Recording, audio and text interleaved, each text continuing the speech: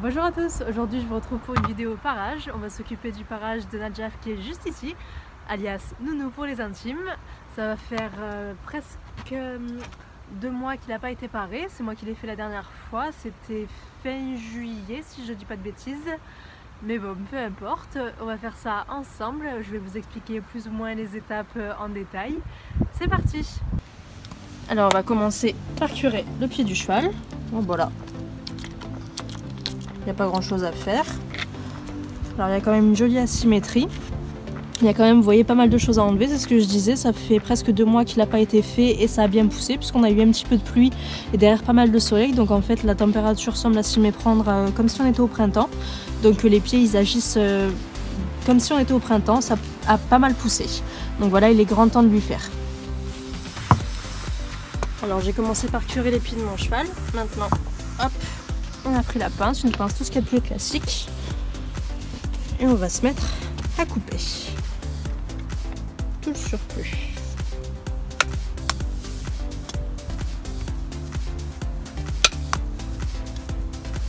Il y a quand même pas mal à enlever.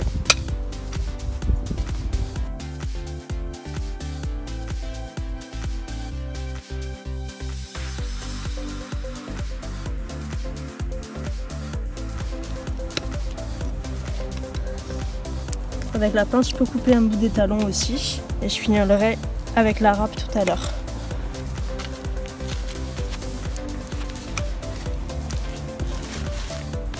Voilà. On a une asymétrie, mais qu'on va pouvoir corriger au mieux qu'on va pouvoir faire avec la râpe tout à l'heure. Voilà. On enlève le plus gros avec la pince. Alors là, on a fait ce qui est le plus dur, à mon sens, physiquement, la pince. Et donc on va passer à la râpe. T'es prêt, Néné? Ouais. Go. Alors je vais commencer par aplatir tout ça.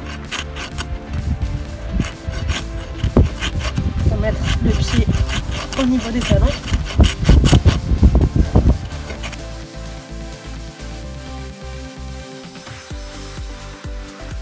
Alors je teste, je vérifie que mes talons sont au même niveau que ma fourchette. Il manque encore un petit peu. Et je continue. Les pieds sont durs. Hein.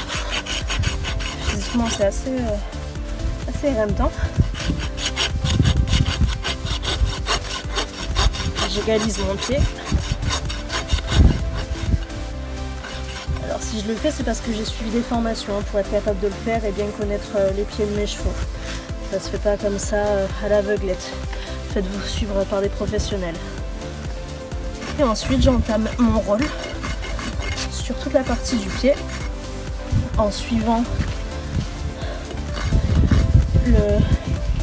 la ligne du pied et en adaptant s'il y a des concavités ou des irrégularités.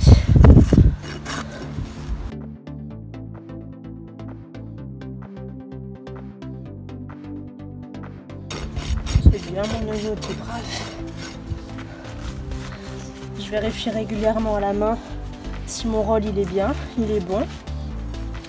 Au passage, j'ouvre bien ma ligne blanche pour pas qu'il y ait de parasites qui restent à l'intérieur.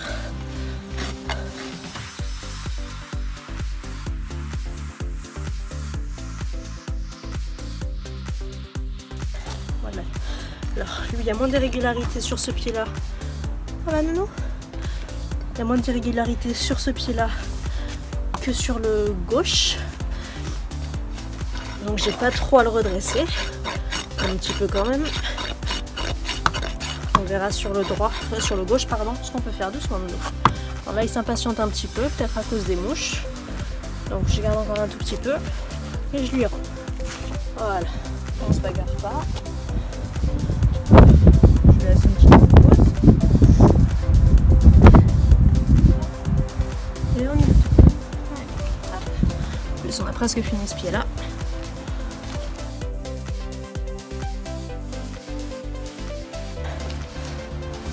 J'ouvre un petit peu mes talons aussi, du mieux que je peux.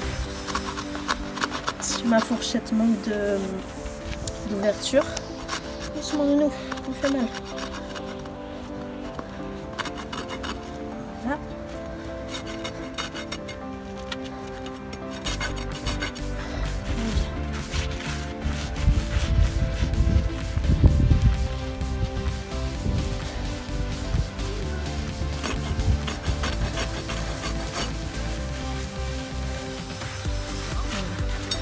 et je pose pour vérifier à quoi ressemble le pied une fois au sol, et ça me plaît bien.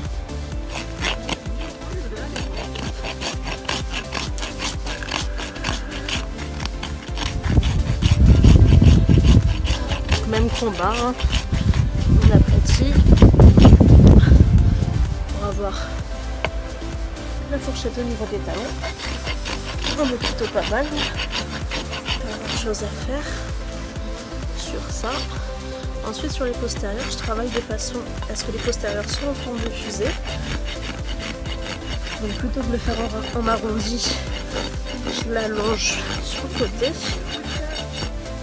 Mon dos roll, je pars dessus. Voilà. Hop.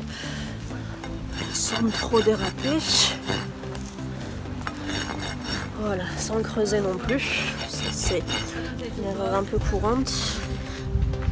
Je crois qu'il y a quand même une bonne irrégularité là. Il part en évasement sur le côté. On va essayer de redresser ça. C'est assez gros, on ne pourra pas le redresser d'un coup. Donc on va y aller étape par étape. Hein.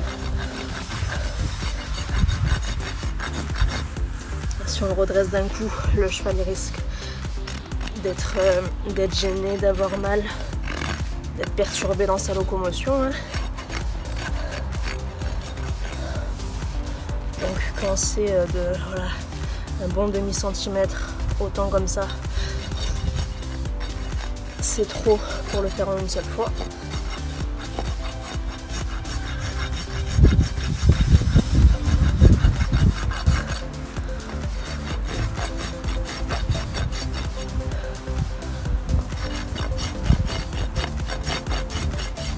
Je fais comme ça jusqu'aux 2 tiers du pied. Déjà c'est pas mal. Je suis assez contente de comment on a réussi à redresser sans gêner la locomotion du cheval. Je vois à peu près jusqu'où je peux aller.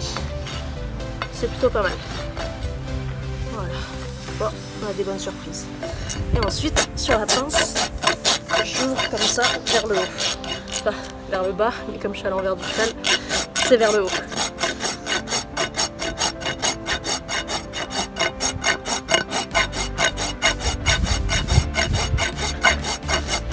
Pour donner une ouverture au cheval dans sa propulsion.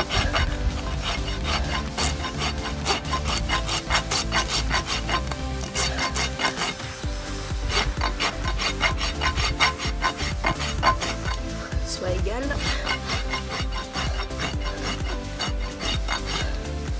Pied dur, c'est pas facile. Arrondis un peu les angles. Voilà. Que ça passe pas un creux non plus. Regardez le pied un peu plat. Un petit peu, hein, pas trop non plus. Une forme naturelle. On va créer l'aspérité ici. Hop. Je vous résume ça en très brief, hein, puisque je veux pas que les débutants fassent exactement la même chose à la maison en ayant juste vu une vidéo. Parce que je le répète, moi j'ai suivi des formations pour me permettre de faire ça avec les chevaux à la maison.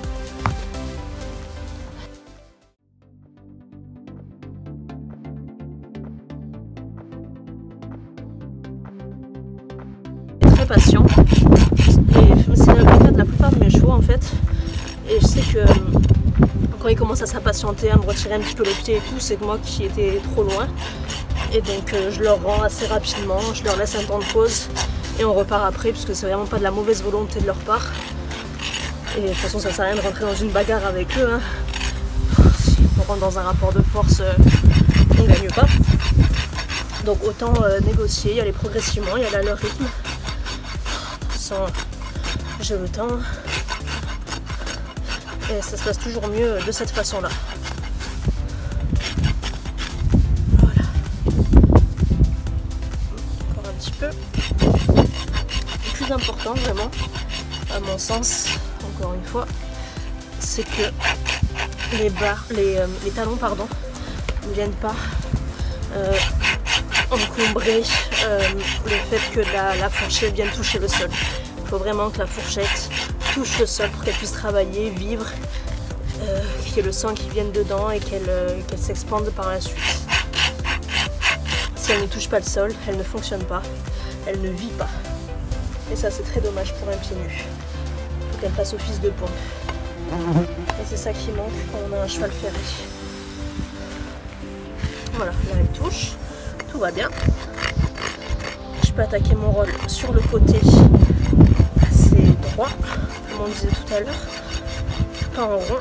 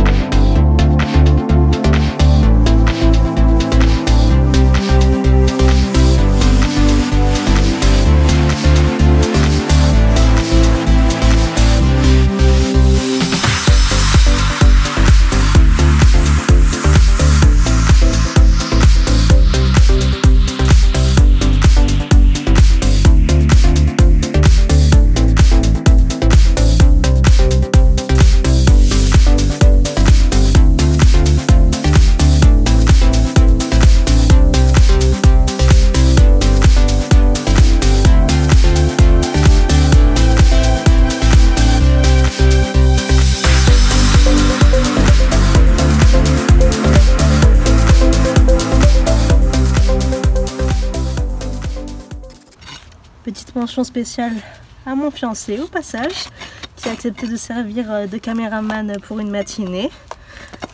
C'est très gentil, merci mon Bibi.